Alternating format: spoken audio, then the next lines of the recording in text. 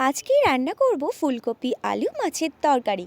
তো এই যে আলুটা আগেই ভাজা হয়ে গেছে, তারপর ফুলকপিটা এখন ভেজে নেব। আর হবে বেগুন পোড়া। তো এই যে বেগুন দুটো এখন বেশ ভালো করে আর কি পুড়িয়ে নিলাম।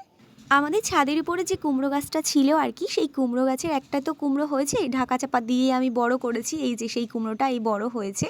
আর এই যে মাছের তরকারিটা ফুটে গেছে, তাই মাছগুলো এখন দিয়ে একটু ঢাকা দিয়ে দেবো, তারপর লাবিয়ে নেব ধনেপাতা দিয়ে।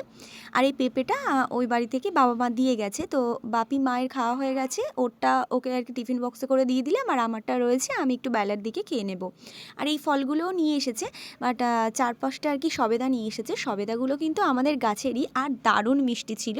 সন্ধেবেলাতে দুজন মিলে একটু বেরিয়েছিলাম, তো বেরোনোর পর এই যে এখন তো শীতকাল, মোয়া খাবার সময়, তো সেজন্য এই যে 1 প্যাকেট মতো আর কি মোয়া নেওয়া হলো।